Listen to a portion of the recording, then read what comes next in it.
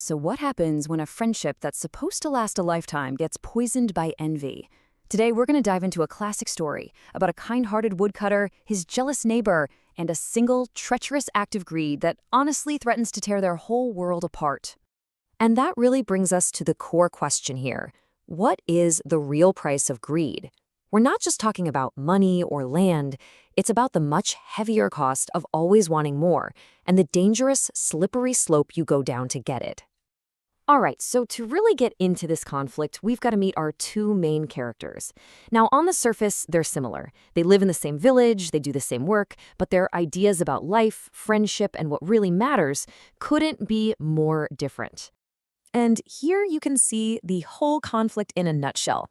On one side, you've got Keshav. He's a simple, hardworking guy who's genuinely happy with his life.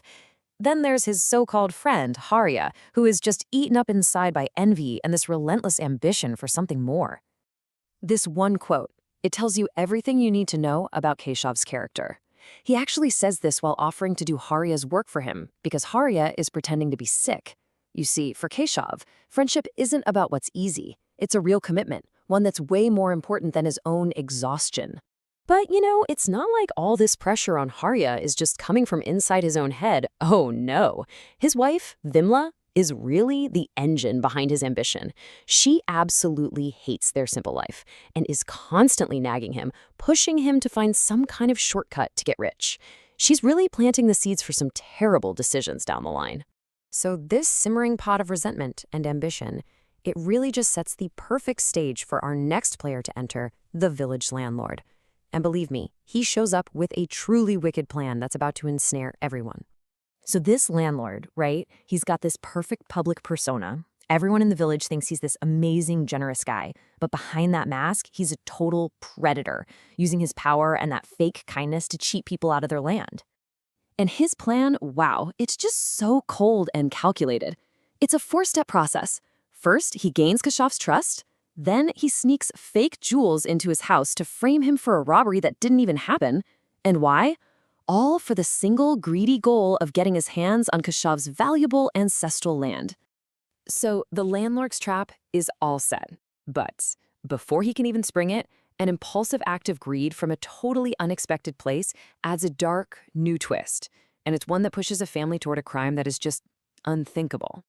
This is where Vimla comes back in. Driven by that same insatiable greed, she finds the jewels the landlord planted. She thinks they're real, of course, and steals half of them. She has absolutely no idea she's just interfered in a much bigger, more sinister scheme. So when the village council comes to search Keshav's house, they only find 2 jewels. But you know what? It doesn't even matter. As far as they're concerned, finding any jewels is proof of guilt. Just like that, Keshav is branded a thief, and his land is handed right over to the landlord. And later, get this, the landlord actually confesses the whole plot to his wife, who is horrified. This quote right here reveals everything about his cynical worldview. He basically says that morality doesn't matter. Power is what gets things done. He even admits the jewels were fakes he planted himself. This is where things take a really dark turn. It is the absolute point of no return. When Harya's own mother, Savitri, overhears the truth about the jewels, she confronts them. But to protect their secret, they make a horrifying choice. They escalate from theft to attempted murder, leaving their own mother for dead in the forest. But that horrifying act of betrayal, it's not the end of the story. In fact, it's the catalyst for a brilliant reversal.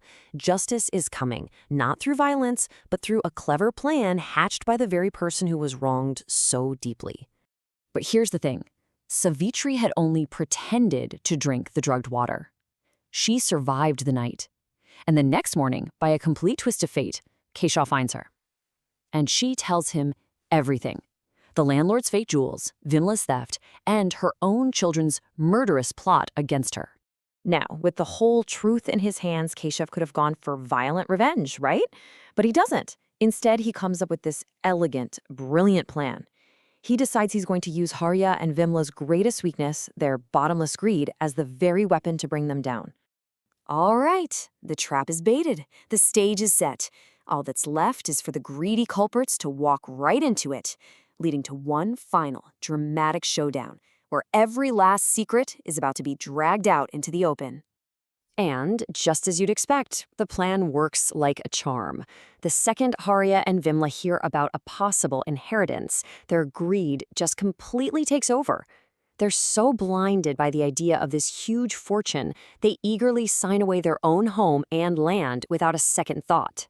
The ink is barely dry on the page when who walks into the room? Savitri, alive and well. When her shocked son asks where she's been, she drops this absolutely bone-chilling line, and in that single moment, their entire world just comes crashing down. So in the end, everybody gets exactly what they deserve, right? Keshaf's cleverness and integrity are rewarded.